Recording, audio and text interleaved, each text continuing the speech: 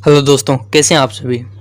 दोस्तों, आज मैं आपको पुराने वक्त के 5 ऐसे आविष्कार बताने वाला हूं जो आज की मॉडर्न टेक्नोलॉजी से भी मॉडर्न है। तो अब ज़्यादा टाइम वेस्ट ना करते हुए स्टार्ट करते हैं वीडियो। Number 1, automatic door. दोस्तों, ऑटोमेटिक डोर के बारे में तो आपने सुना ही होगा, या फिर हो सकता है आप उसका हर रोज़ यूज करते होंगे। आप शायद यह सोच रहे होंगे कि ये मॉडर्न टेक्नोलॉजी है, पर रियल में ऐसा नहीं है। इसे समझने के लिए आपको पहली शताब्दी और पुराने रोमन मिस्र के समय में वापस आना होगा।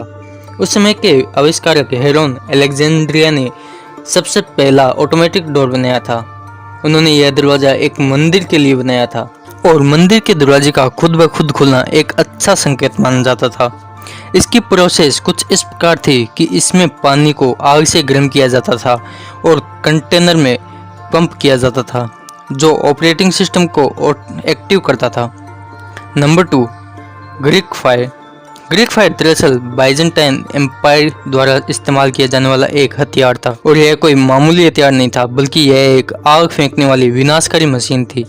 ग्रीक फायर को आज के समय में बनाना बहुत ही मुश्किल है, क्योंकि इसको बनाने का फॉर्मूला हम आज तक नहीं समझ पाए हैं। बाइजेंटाइन साम्राज्य इसका इस्तेमाल अपने राज्य को बचाने के लिए करता था। उन्होंने सालों तक इस वेपन का इस्तेमाल अरब आक्रमण को रोकने के लिए किया था, खासकर समुद्र में। जी हाँ दोस्तों, यह हथियार समुद्र में भी आग लगा सकता था।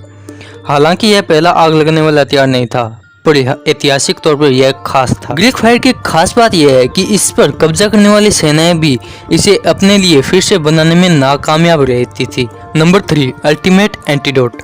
प्राचीन रोम में रहने वालों के लिए विश्वासघात और हत्या आम बात थी, इसलिए जाहिर सी बात है अपनी सुरक्षा का इंतजाम करना बहुत ही जरूरी था। आमतौर पर शासक अपनी सुरक्षा के लिए अंगरक्षकों को नियुक्त किया करते थे, लेकिन रोम के शासक मिथ्रिडेट्स ने अलग रास्ता चुना। मिथ्रिडेट्स को शंका थी कहीं उनकी किस्मत में भी उनके पिता जैसी मौत न लिखी हो। इस डर के चलते उसने रोजाना जहर का सेवन करना शुरू किया। जहर की खुराक को कम मात्रा में लेता, जिससे कि वो उसके शरीर के लिए घातक ना हो। उसका मानना था कि लगातार जहर के सेवन से उसे दुश्मनों द्वारा जहर देने पर उस पर कोई असर नहीं होगा। इसी समय के दौरान जड़ी बूटियों और कई दूसरे इंग्रेडिएंट्स को मिलाकर एक विशेष मिश्रण तैयार किया गया, जो कि किसी भी जहर के लिए एंटीडोट था। इस एंटीडोट को बाद में मिथ्रिडेट्स के नाम से जाना जाने लगा। Number 4, ancient Roman. यूं तो प्राचीन रोम रहस्यों से भरा है, लेकिन प्राचीन रोम से जुड़े सबसे आकर्षक रहस्यों में से एक है उनके सदियों से बने हुए मजबूत कंक्रीट हर्बल स्ट्रक्चर्स। 2000 वर्षों से समुद्री लहरों से घिरे हुए ये स्ट्रक्चर अभी भी मजबूती से खड़े हैं।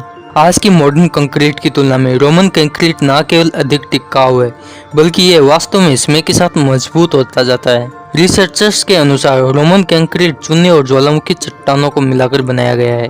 Number 5, working navigation.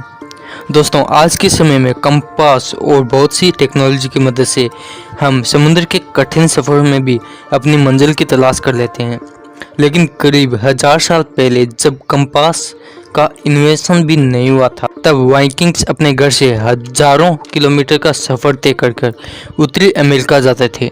ये क्रिस्टोफर कोलंबस से भी काफी सदियों पहले की बात है। कुछ सबूतों के जरिए हमें यह पता चलता है कि बहादुर वाइकिंग सूर्य और सितारों की पोजीशन को पढ़कर नेविगेशन करते थे, लेकिन सूरज हमेशा उनका साथ नहीं देता था।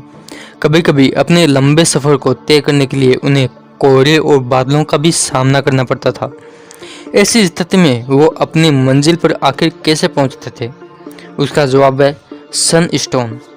ऐसा माना जाता है कि वाइकिंग के पास एक ऐसा सनस्टोन था जो घने बादलों में भी सूर्य की रोशनी का पता लगा सकता था। इस लाइट फिल्टरिंग क्रिस्टल का इस्तेमाल कैसे किया जाता है, यह आज भी रहस्य बना हुआ है। तो दोस्तों, कैसा लगा वीडियो कमेंट में ज़रूर बताना, और हाँ, लाइक शेयर व सब्सक्राइब जरूर करना। Thanks for watching.